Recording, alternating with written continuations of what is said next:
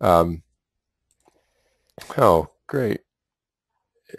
I am so happy you all decided to join us on this Valentine's evening, especially those of you back east at 8 o'clock tonight.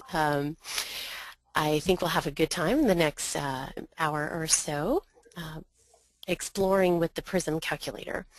We are going to look at some growth data, using data to figure out what's going on and that sort of thing. I was a teacher for 11 years, and I have been using graphing calculator technology in the classroom for about 20 years now, and the PRISM calculator is just amazing. I'm so excited what it does, and I'm so excited to share with you. So I've chosen a few investigations to do. Nathan, were you able to I, record it, I or? think I think it's going, and I just Okay. also want to clarify for those who have joined us that your mics have been muted just for the clarity and quality of the broadcast, because inevitably, there's people in the background and dogs in the background and that sort of a thing. So, if you want to ask a question, there's a little chat window to the side. There's also a question panel. There's not a whole lot of difference between the two, except just in the way that things are processed. Either way, you can get me a message. I think I'm down as organizer and presenter. I'm trying to think if there's, yeah, I think that's how you recognize me on there, since both Jennifer and I think, are listed as Casio Education. But you can either send a message to me in the chat window again, or question window, and as things go along, I will answer as I can.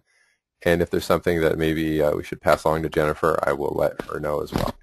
So, without any further ado, Jennifer, you All right. have it. So, and please, if you are struggling with one of the calculator instructions, put it in the chat window or a question window, and Nathan will help you out there, or we'll Absolutely. stop and we'll come back and do that. So Nathan and I are here to help you, and we're excited to work with you today. First of all, I want to tell you about the investigations that we're going to be doing. The first one, called Growing Tall, I've taken from the fostering series. There's a fostering series that Casio puts out for statistics, advanced algebra, and algebra, and there's a brand new one coming out for middle school. And so the first activity we're going to do, I've stolen from Dr. Bob Horton, and he's given me permission to use this activity. And then the second investigation we'll be working on is from the Discovering series, Discovering Mathematics series, which Kendall Hunt now publishes, formerly Key Curriculum Press. So if you want more investigations, those are where my sources are. And of course, for those of you that are coming from states which have adopted the Common Core, I'd like to reference that we will be working with primarily two of these mathematical practice standards. The first one, make sense of problems and persevere in solving them. So we'll be really looking at that.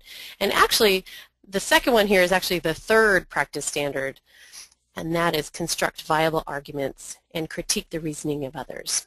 So those are primarily the ones we're going to focus on today, just so you know, and that's where it can fit in your curriculum.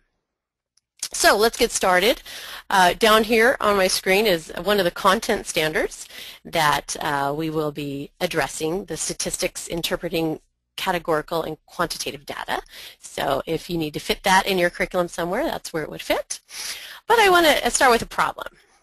So we had Alicia come to class the other day, and she said, "My plant is growing faster," she bragged. And she said, "A month ago, my plant was 60 centimeters tall, and now it's 100 centimeters tall." "But wait," Bernice says, "no, my plant is growing faster," she argues. And she says, "A month ago, hers was 50 centimeters tall. And now, sorry, a month ago it was 25 centimeters tall, and now it's 50 centimeters tall." And she argues that hers is growing faster. So the question to you all now is, which one do you think is growing faster? So think about that for a second, and actually, I think I'm going to, I don't think, Nathan, we tried to make a poll, Yep, and I, it I says think it's I can handle that. closed. Let's, Darn. let's give this a try. Okay, let's give it a try. So, oh, do I have to make you presenter? Interesting question. Maybe you do. Ooh, did I just hide it? I don't know. Okay, let me make you presenter. Yeah, it shows on my screen. I'm not sure if it shows on yours, or I don't know how. Unfortunately, I don't ever attend these as a audience member. So, Okay, there you go. You want to do the poll? I'm giving it over to you. Maybe or maybe not. No, it looks like people have been answering. I think we're good. Oh, you're kidding. Yay. Okay. Yeah. Ooh, we do. Look at that. Look at that. Okay. So I think everybody has voted. So it looks like about 2/3 of you think that Bernice's plant is growing faster. And 1/3 of you said that Alicia's plant is growing faster. So let's explore this. So those of you that have your prisms with you or the management software, we're going to switch over and use our calculator to investigate this. So first of all, I think we'll look at when Alicia. Let's pretend Alicia's the winner, and let's look at that. And I suspect that some of you have used the data that I have used, and I don't know if you all got the handout that Nathan sent, but all the data is on there too if you want to look at that handout. But first of all, to get into the statistics menu, I want you to press Menu, which is right here, and select Statistics. You can either arrow to it and press Execute, or you can just press 2 to get right to Statistics. Oh, and by the way, any of you that were with me in Greater San Diego Math Conference, welcome. I'm glad you could join us because I know I invited a bunch of you then. Okay, so first of all, let's think about List 1. List 1, let's put in the months, okay? So we have month 0. So I'm going to enter that one, and then month 1.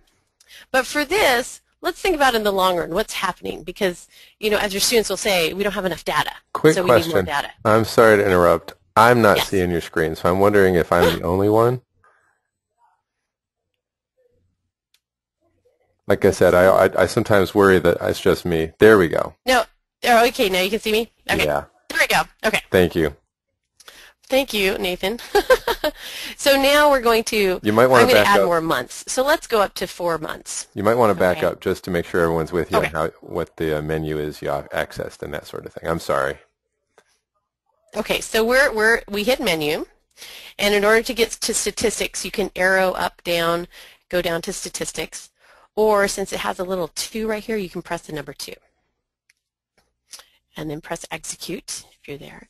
And then for List 1, if you have anything in your list, to delete this, notice it doesn't say delete anywhere.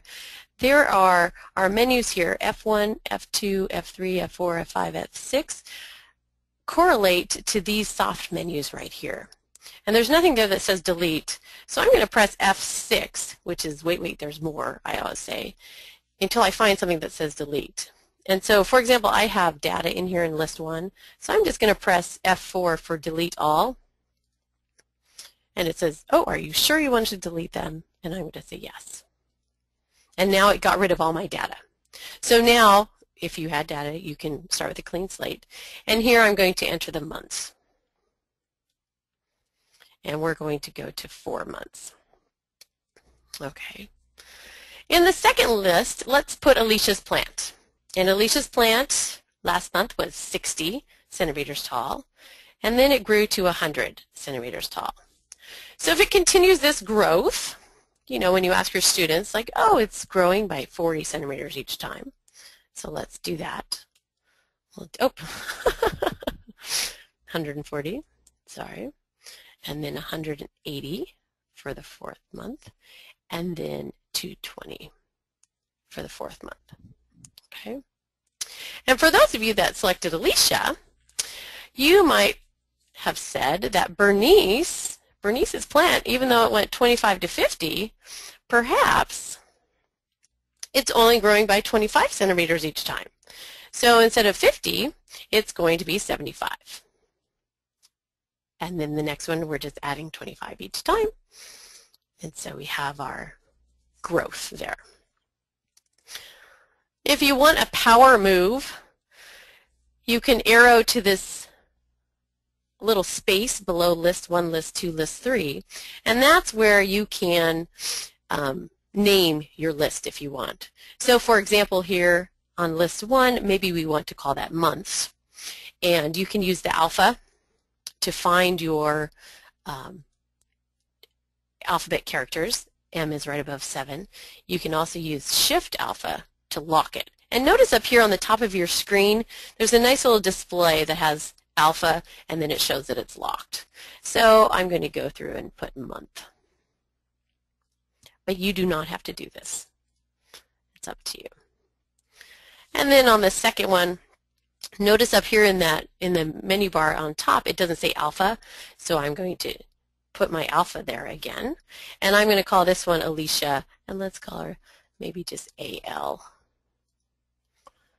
Execute, and then the next one, let's call her Bernice, and then we have it.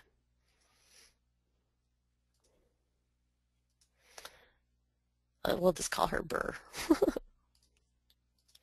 Okay, so hopefully you all have the data in, and if not, text or question ping Nathan, and he'll help you get that all in. But now we want to, let's look at the data. We want to see what's going on. So first of all, there is nothing here on our soft menus. If you're where I am, if you deleted some, we need to find that graph menu again. So let's press F6. So we can spin around now. I don't want CSV. F6 again. Keep pressing F6 until you turn graph. If you're on some other menu, you can exit out of there. If you press calc or something playing around, just exit back, and it'll get you back. And we want to go to graph. So press F1 for graph.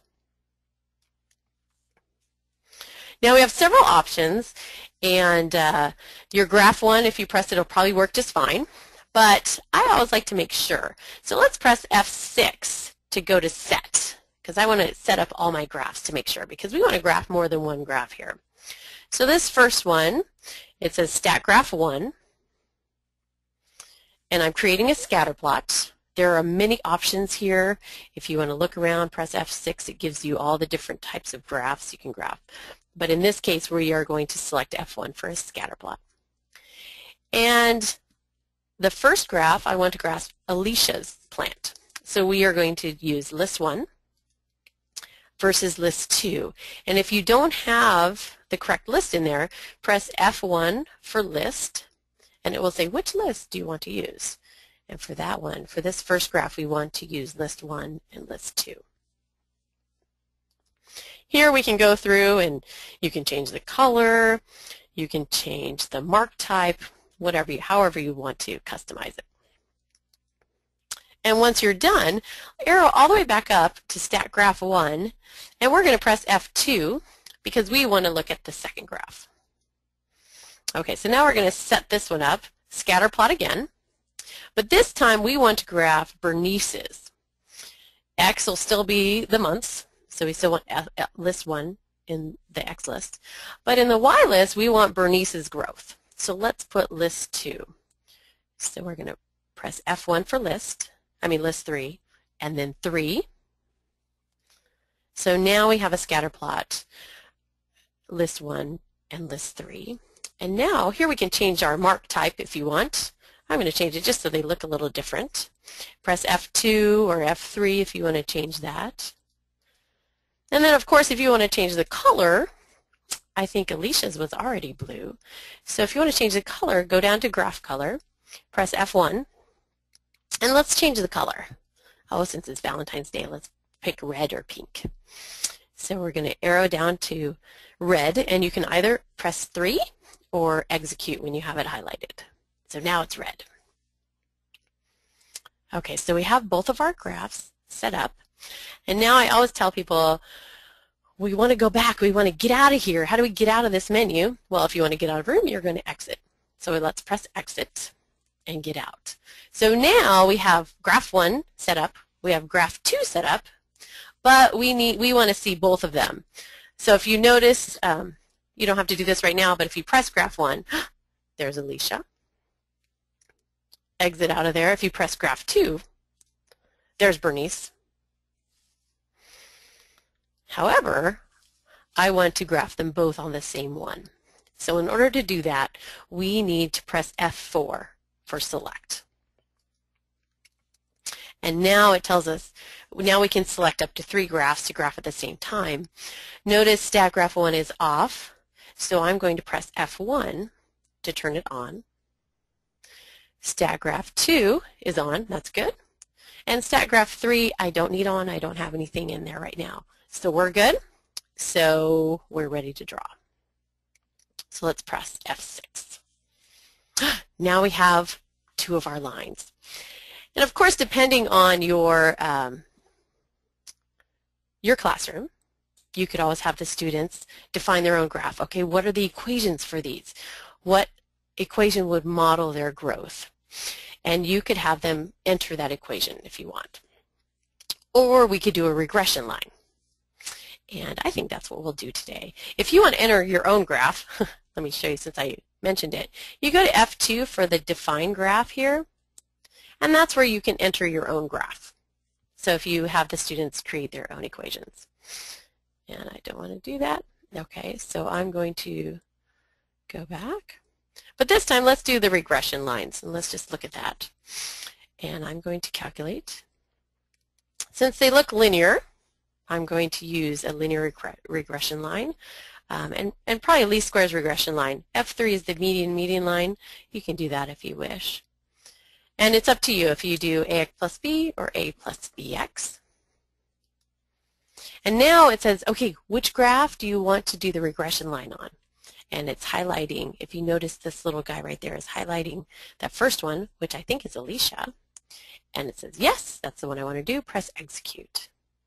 And there's our regression line, which for those of you that figured out the equation, it's right there for you.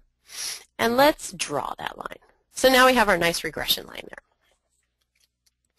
So the same thing, let's do another regression line. Let's look at the second, Bernice's data. Do the same thing. It's jumping to that first, Alicia's data first, but let's arrow down, and that will go to Bernice's data. And yes, that's the one I want to use, so I'm going to press execute. And there's our linear regression line. And now we can talk about, okay, what's the difference here? Which one is growing faster? And so this is a very rich discussion you can have in your classroom.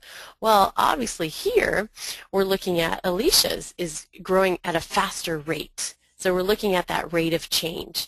Whereas Bernice's is not growing as quickly as the other one. So you talk about the rate.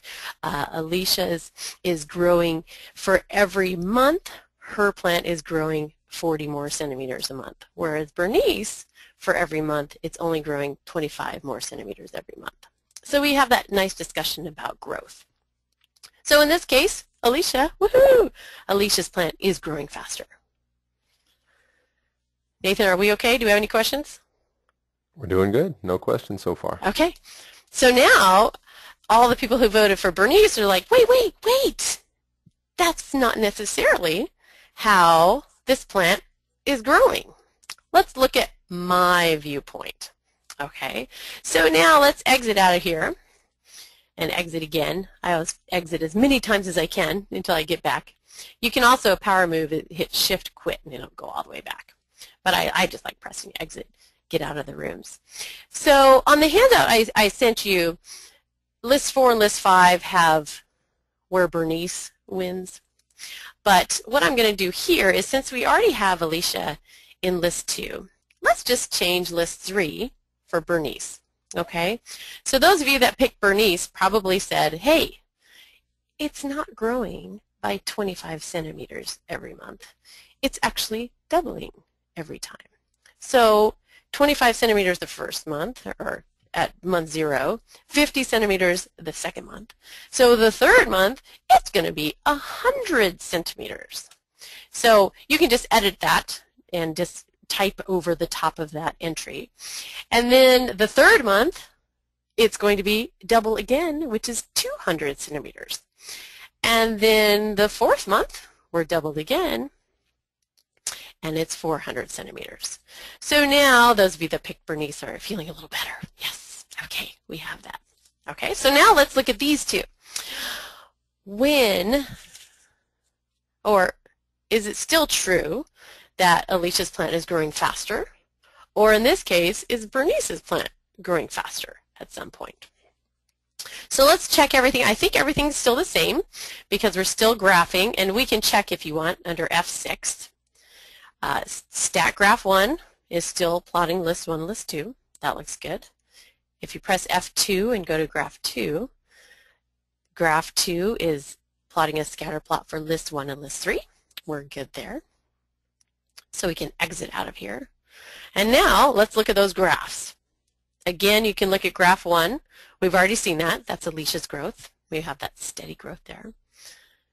Exit. We can look at graph 2. Ooh, Bernice's growth looks a little different. And even if you're in Algebra 1 or middle school, we've done this with 6th and 7th graders, they still can see, wait a second, something different is happening. It's not at a constant rate every time. So let's look at these together and see if we can make some comparisons. So press exit, and now to see both graphs at one time, we're going to select F4, which is select, and now we can turn on both graph 1 and graph 2 by pressing F1 on each of those. And let's draw it. So now we have a question. What is going on? Is Bernice's plant growing faster? Or is Alicia's plant growing faster? And when is this going on? What's going on here? So again, you can define your own graphs if you want. Or we can press F1 and do some regression lines. So go ahead and you can do your regression lines if you want. I am going to do a linear regression. So I'm going to press F2 on Alicia's data. And you select the form you want. Now this is the important step. You have to select which graph. And notice if you hit the up and down arrow, it jumps back and forth. So in this case, it's very nice to have color-coded data because we specifically know that Alicia's blue. So now my little crosshair is on blue. So I say, yes, this is the one I want to do the regression line on, the linear regression line on. So I press execute, and now we can draw that. And actually, let's pause here for a second. Let's go to copy. And what this does is if you hit copy, you can put your regression equation right into your Y1. So we can actually save it into our graph menu, our table menu. So it's all there for you. And press execute. When you press execute, it goes away. But if you press F5 to look at copy again, there's your equation. So it's now, and I'll show you why that's important in a few minutes. So execute, that's perfect. And now let's draw that. So now we have our first regression line. So I want to do another regression, but I don't want to do linear because the second data doesn't look linear.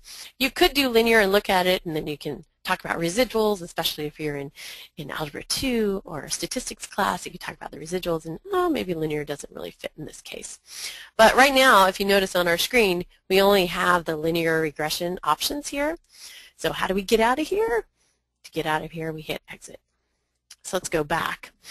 Now we have all these different options. Linear, median line, and x squared. No, we don't want anything, but there's more. So you press F6 for more, and there we go. I would like to try exponential regression. So press F3. And now you have two options. We are going to use a b to the x for this case. And now we have to make sure the little crosshair comes up. It says, which graph do you want to do this on? And we want to go down to the red, or Bernice's graph. And when you're there, press execute. Oh, and this here again, let's copy it. You can draw it right away if you want, but let's copy it so it saves into my graph data. But this time, we don't want to put it in Y1 because we already have an equation in Y1. We want to go to Y2. So press highlight Y2 and then press execute. And if you want to check, make sure it's there, you press copy. There it is. It's right down in Y2. Okay, so you have that. Perfect, and it looks exactly like we thought. Our start value, the initial month was 25 centimeters, and then we're doubling every time. So we're multiplying by 2 every time. So that's nice. Okay, execute, and now let's draw these and look at these. So this is another place to have a great discussion. What do we notice about growth? Is Bernice's plant always growing at a faster rate than Alicia's plant? So if we really look at this graph, because Alicia, the people who voted for Alicia are like, yeah, I don't think Bernice is always right. Because if you look down here, if we're looking at growth, perhaps between the initial month and the first month, it doesn't really look like it's growing faster than Alicia's. But perhaps somewhere over here, maybe it's starting to grow faster. Definitely after the second month, it's growing faster. But let's look at this. Wouldn't it be cool? There's some kind of mathematical thing that we could look at the rate of growth at each point on this line. So some of you probably know where I'm going. But let's do that. Let's go to a different menu. Okay, so everybody has your data there. And let's go to menu. And I'm going to show you how cool this is. Because when we go to our graph menu, remember how we copied our equations into there? Press 5 or highlight that area. We can go to graph, and now there's our equations in there. Automatically they switch over. However, they're not selected. Notice that the equal signs are not highlighted. So just press F1 for select on each of these so that they will graph. So now we have these two ready to graph. Okay, and let's hit draw. So one thing you might all be asking is, well, when are they going to be the same height? Okay, because, you know, we're mathematicians and we see the intersection and we're like, what does that mean? What does that mean when we do that? So one thing we could do before we get back to that, who's growing faster, let's hit shift. Oh, actually, no, you don't even need to hit shift because we're in the graph menu. If you look up here above the F keys, you have a yellow trace, yellow zoom, yellow view window. So this is where you can change all of these things. If you press F3, there's our view window. This window was set up by the stats menu. It was automatically set up. You can switch that around if you want to, but it's automatically fit our window for our data. And then let's go to GSolve for now. Okay. Oh, exit. Oh, I didn't want to do that. Exit out of there. When we're looking at our graph menu, we want to go to GSolve.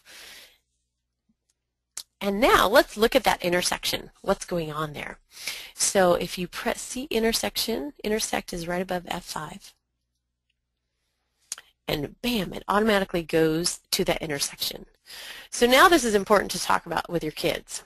What is that point? What does that coordinate point mean for this real world problem that we're doing? If you just a power move, if you press execute, it will show the coordinates for you. So this is kind of nice because then if you trace somewhere else, you still have that coordinate there all the time. So let's look at that intersection, 2.77. You know, a lot of kids will be like, oh, the intersection is at 2.77, comma 170.9. Well, what does that mean? That's the step that I was always forgetting to ask. What does that mean? Well, I don't know. What is the X? Well, the X is months. That's right. So what does that 2.77 mean? Oh, that's 2.77 months. What is the 170? Oh, that's how high it is. Okay, so it's 170 what? It's 170 centimeters, about 171 centimeters after 2.7 months. And I always ask kids, what does that point signify? That's when these two plants were exactly the same height, if they grew at the same rate that we predicted. Okay, some important talking points right there when you're talking about this. Okay, so we know when they're going to be the same height. But then another thing would be nice to look at is, well, let's look at that growth rate. So let's go back to Sketch, which is F4. And in Sketch, you have this cool feature called tangent. and you can press F2 to get your tangent. And I want to do the tangent line. The tangent line is not very interesting for Alicia because it's always going to be the same. But down below, if you move your tangent line along Bernice's growth, what do you suppose this is telling you? And what's very cool about this is it is showing us that growth rate at each fraction of a month during that time. And so even though my students aren't anywhere close to calculus, they can see that, hey, maybe at that point, those two lines look very parallel, and they're probably growing at the same rate. So, and you might be more precise at that. So at about 1.1 months, they are growing about the same rate. But after that, it looks like since that tangent line is growing at a steeper rate, then Bernice's plant is growing faster. So those of you who picked Alicia first, even though you may have picked, a different way for Bernice to grow, there's still some truth in Alicia could be growing faster. During that first month, it sure looks like Alicia is probably growing faster. But after that second month, it looks like Bernice is kind of catching up. And then she surpasses them. So kind of a fun way to look at growth there. Different way to think about it. In the vertical teaming, you're introducing this concept of rate of change at each instantaneous moment, which is something that the kids can relate to, especially with this technology. It's kind of exciting to look at. But then I always ask my kids, okay, are we happy with this answer? Are we happy with what's going on? Is Bernice's model a good model for this kind of growth? Is Alicia's a good model for this kind of growth? And hopefully that discussion will lead to, well, what kind of plants are these? If these are tomato plants, they're probably not going to get this tall. Or if they're trees, maybe they'll get this tall, but is it really possible for a plant to continue doubling every year? Is that really possible? And even though we're playing with numbers here, it's important for the kids to look at the data. Okay, is this data realistic? And that's a great discussion in your classroom. Let's keep going from there. So just kind of a really fun problem to look at, get a little controversy in your classroom, have them prove it. The fostering, if you notice the investigation that Dr. Horton presented, actually asked the students to make an argument for Bernice's plant growing faster, and then also make an argument for Alicia's plant growing faster. So they have to look at it both sides. And so in one of the classrooms we did, in one of the 7th grade classrooms we did, we had half the class prove that Bernice's plant was growing faster, and half the class proved that Alicia's plant was growing faster. And it was great discussion. And that goes back to our Common Core standards of making sense of problems and persevere, but then also having those arguments and critiquing the reasoning of others. But wait, Bernice's is doubling. But wait, so they can look at that. So it's kind of an exciting dynamic in the classroom. So, Nathan, are there any questions? Not at the moment. Doing really well. All right. Okay, so let's go to another. We have a few more minutes. I want to go to another activity.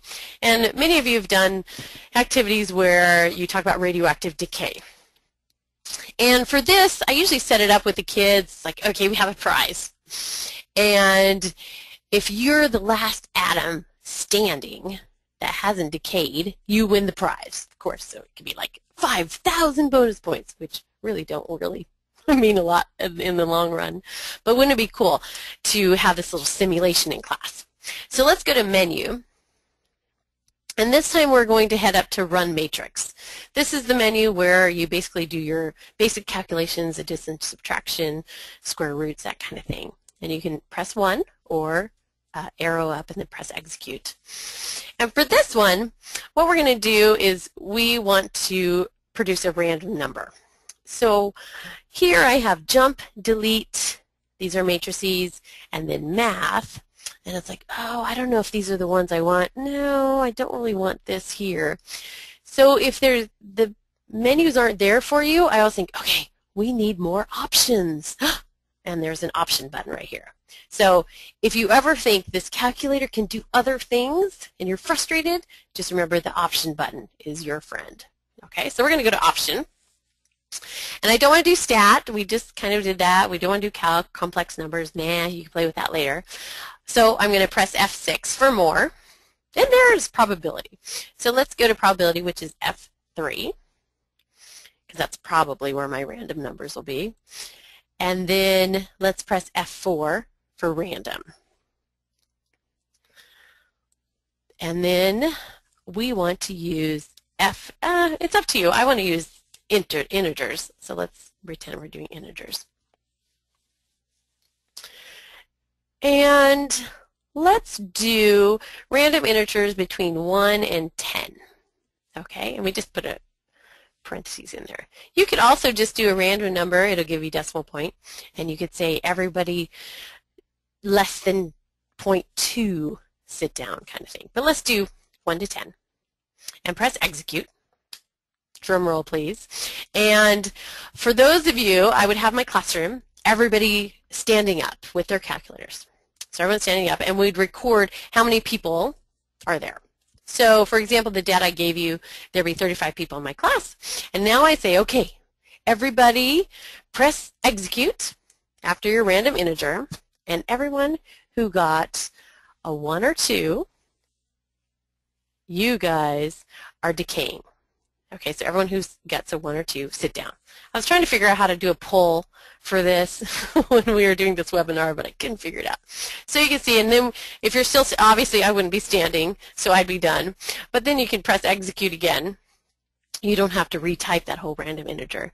And then, okay, so we continue this simulation and we count how many people are left. So for example, after the first go around, I had 29 people left. And then after the next one, I had 23 people left. And we just keep having the kids push execute. Okay, anybody get 2 or 1? Sit down, you're out, you're out. So the question comes up, okay, is everyone going to sit down eventually? Are there going to be 2 people left? What's going on? So it's kind of exciting for the kids to do that. So they're like, yeah, and they're cheering by the end, yeah, you win, that sort of thing. So it's a fun little simulation to do. But then, of course, we collect some data, which is even more fun. So if we have some data, where do we want to put it? We probably want to put it in the statistics menu. So let's go back to menu and go to statistics and press execute. And here, oh no, we have all this stuff here. Remember, we want to delete it. So let's press F6 because delete isn't here. I need more. So let's press F6. And I'm going to press F4 for delete all. Yes, I want to delete this list. Notice list 1 doesn't go away. It just deletes everything in that list. And you can repeat the same. So arrow over to list 2, press F4 for delete all, and then the same thing for list 3, which we don't really have to delete, but I like to have a clean slate. And in this case, I went to 7 intervals. So we start at time 0. For those of you that didn't get the handout, make list 1 go from 0 to 7.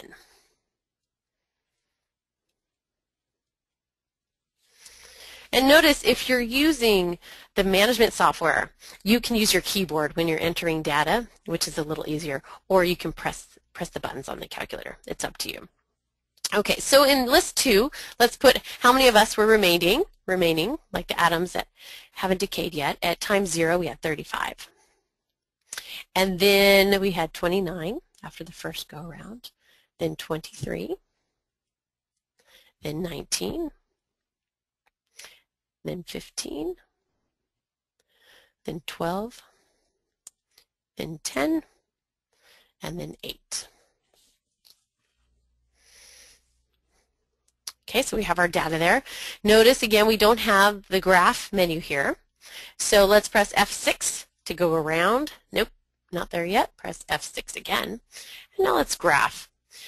And remember, just recently we graphed and we had list 1 and list 2. So we know graph 1 is already set up, but we can look at that under F6 if you want. Yes, list 1, list 2, we're good. And exit out of there. So we can just press graph 1. And notice, ooh, did I enter something weird? Obviously my data looks odd, so I'm going to go back and look. Did I enter something wrong? Or maybe my data is just weird. Oh yeah, I put 29 instead of 19. There we go. And I promise you, if you have a large class, you will get very nice data. You'll get a very nice decay rate. If you have a smaller school and you only have 10 or 12 kids in your classroom, you may want to do this several times and then just average the number of people you have left, or you might want to borrow another class and do it with another class. So, because I know some private schools have smaller class counts, but if you have 30 kids in your class, 25 kids in your class, you'll get pretty good data for this. Okay, so here, this is where it's important. You can talk about, okay, how is this decaying here? And let's go to define graph this time. So let's look at this. Oh, I have some formulas in here I don't want, so we can just press delete, which is F2. Yes, I want to delete these two. I always like to clean out everything. So let's go to Y1. Let's think about what would this equation be? And of course, you'd probably have been studying A times B to the X. Here we should have, our start value should be 35. And now what were we doing each time?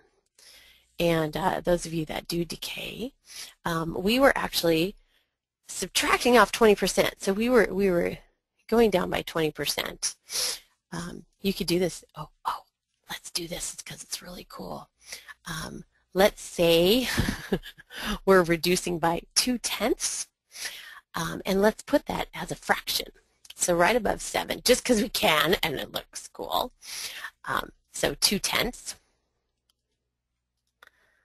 and then arrow over. It's just like math type, and put the parentheses there. Now I know some of you are like, what? Why didn't you just put 0.8? And that's perfectly fine.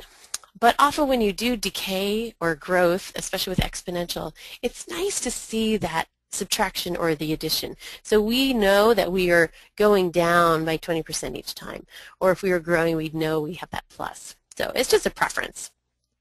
And then we need it to the x power, so we're going to press the caret, which is right next to x squared, 2 over from alpha, and we're going to have it to the x power. Whenever you're ready, press execute, because this equation is not entered until it all turns blue, or the color of the Y1. So press execute. And now let's draw that and see what happens. Okay, so that would be our model. That's really what we expect to happen. Okay, so that's theoretically what our growth should look like. However, let's compare it to what our data looked like.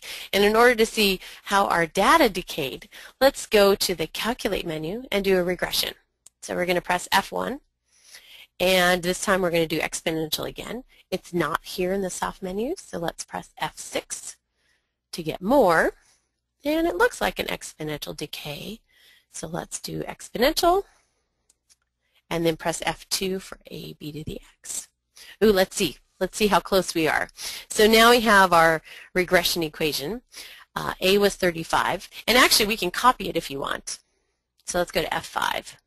And now, but don't type over your theoretical formula. Let's go to Y2 and press execute. And now go back to copy, and you can see our two equations. We can compare them. So the initial value, our start value, is 35.3 with our experimental prediction regression equation. And then up here, I'm messing up here. And then our actual was 35. So that was pretty close. And then, I don't know if we can get over. Let's go back. Let's exit out of there, and let's draw our equations. So now you can see there's our second equation, but I can't really see it very well. So let's press exit, get back, and let's go to define graph.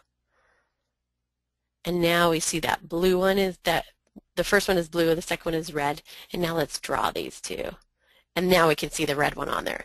So we can see that from this data, the experimental regression was very close to our predicted model here.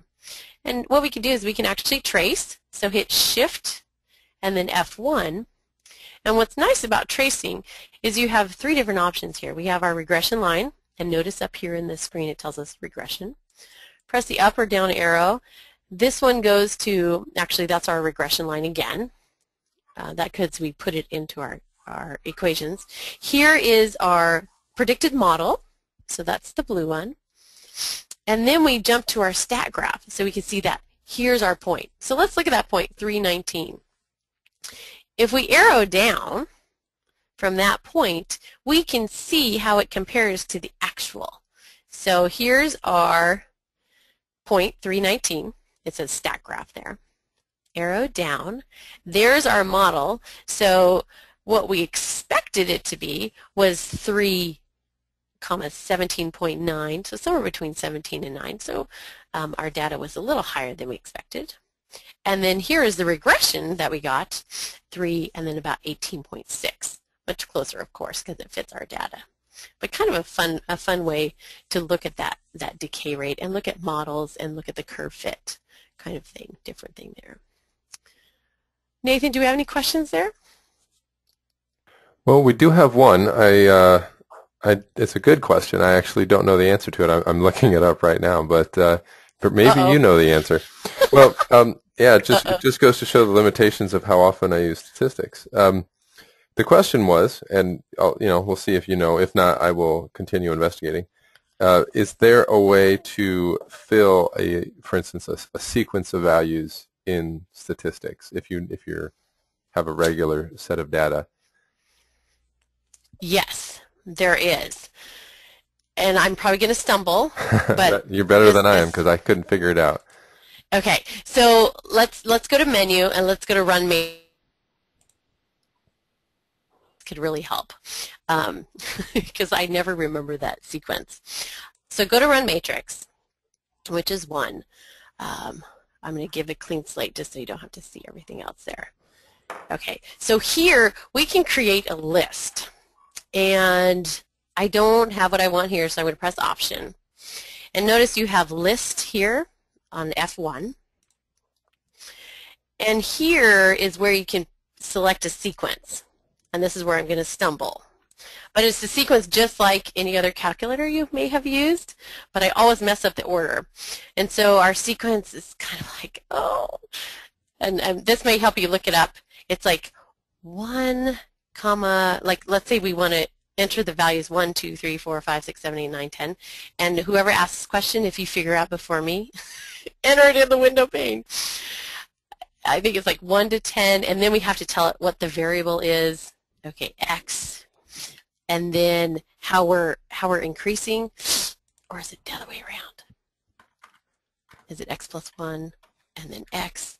Something like this. Oops, not that X. You have to make sure you use the X here. But then there's something else. But okay. Anyways, it's going to be wrong here. Okay, so I'll dig up some. I'll try to dig out the manual and verify the syntax. So verify, because I know this is wrong, and maybe by 1. But then you just store it. Use this AC on here for store, and then store it as list 1, list 2, list 3. And it will automatically fill in your list. Gotcha. Have you ever done it? Do you know if you can do it from within statistics? You probably can do the same way. You can probably up at the heading, right? Up at the top. Yeah. Okay. And in fact, so you could do it up there, the sequence. Yeah. Maybe you could show them just how to like enter double list 1 into list 3 while I'm looking this up. So it's very similar to other things. So if we go up to list 3, let's say we want to make list 3 double list 2. So basically you highlight list 3 and then you just start typing 2 times. Now if we want list 2, notice it's not there. So there's a couple ways you can do this, but the easiest way is, notice right above 1 there's that yellow list. If you hit Shift and then list, now we can tell it which list to pick. And you can say 2 times list 2, and now it will double everything in list 2. You can do that for there. So, and that's where you can do that sequence. You basically go to option. So this is the other way you can do it. If you arrow up to list 3 and press option, there's our list menu again. So this is where we could press list, and this is where you could do the sequence, whatever that order is. So, but yes, you can do that, and it's very similar to Yeah, actually, Raylyn, who actually asked the question, had the order. Yes. Okay, you want to do that? Thank you. I knew you would. well, actually, yeah, she figured it out, and good. Well, she knew it from our competitor, who shall remain nameless, but it turns out it's exactly the same order. It is. So I don't. I mean, now that I see it, I remember it, but it's like if you don't use it, so it ends up being you do that sequence, and then it's essentially where X is my variable. As X, okay, so you have to put X first. X comma X. Okay. So I assume it's saying X is my variable, and then X is the, I don't even know, and then it's comma 1, comma 10, comma 2 if you want to step by 2, for instance. There we go. Okay. So, and there you go. Yeah. Perfect. Thank you. So thank you very much. And I know. Thank you for the question, and thank you for the answer. It's exactly the same, and. The user manual is pretty good. That's where I always look it up. For any of these, the fill, the sequence, that sort of thing. Those are consistent with the competitors, just so you know. So if you know how to do it in the other one, it will be the same here. It just goes to show that's something I need to study up on myself, since I didn't know the answer. So thank you again. Thank you very much. Are there other questions? I don't know if we have time. Yeah. Okay. I was going to look at one more rate of growth, but I think we're out of time. Nathan, do you agree? Yeah, I think we're pretty good. And it is Valentine's Day. So hopefully, I wanted to share one more thing. Oh, I went too far. For more info, Casio Education, if you go to www.casioeducation, there's lots of resources on there. There's online courses for the ClassPad and the Prism, and there are webinars, there are future webinars coming up, guided tours that are terrific. They're short little videos that show you how to do different things. There's a lesson library with activities that you can actually use in your classroom with calculator instructions on how to do that, and there are quite extensive resources there. Nathan, did you want to talk about the online course? Absolutely. Yeah, I'm sorry. I was doing two things at once. I was typing back at Raylyn, who asked the question. But so I apologize if I'm repeating myself. But we have this online course. So I don't know, those of you who are joining us, what your familiarity with Casio is. I mean, you clearly got the announcement, many of you, about the webinar. But if you have not by chance heard about our online course, it is a really nice way for you to explore more of the features. It really hits just about every icon on our menu briefly to show you an overview. I can't recall. You can sign up. There's no requirement to finish the thing, but if you do choose to work through it, there's about 6 hours of video to watch at your own pace, and then you complete some assessments that just show that you've learned a few of these things, to verify that you've gone through the course. So if you do that, they end up coming my way, and I just kind of check off that you've got them, and I give you any feedback you might want. And those who complete the online course right now, we are giving away, while supplies last, a calculator or a Prism calculator or a single license of the emulator software. And although the calculators have been very popular, I think the software is pretty slick too, because if you're in a position to use a computer in front of students, it's a really nice tool, just as for demonstration purposes. So if you go to that CasioEducation.com, if you're interested, please sign up. We're enjoying having lots of people as a part of the online course. And another thing, we have other webinars coming up, but if there's a webinar you would really like to see, please put it in the question or the question bank, the pane here, or the chat poll, or respond to my email. Yeah, exactly. I sent you all an email. I apologize for sending out the the attached information a little close to the actual start of the webinar. But you should have, I hope, if your email was correct that I got a hold of, you should have my email now, and you can always respond to me if you have any questions. And any suggestions for future webinars, absolutely. And thank you so much for joining us on this Valentine's Day, and we hope to see you again on Excellent. another webinar. Thank you all for joining us. Thank you, Jennifer, very much, and you all have a good evening.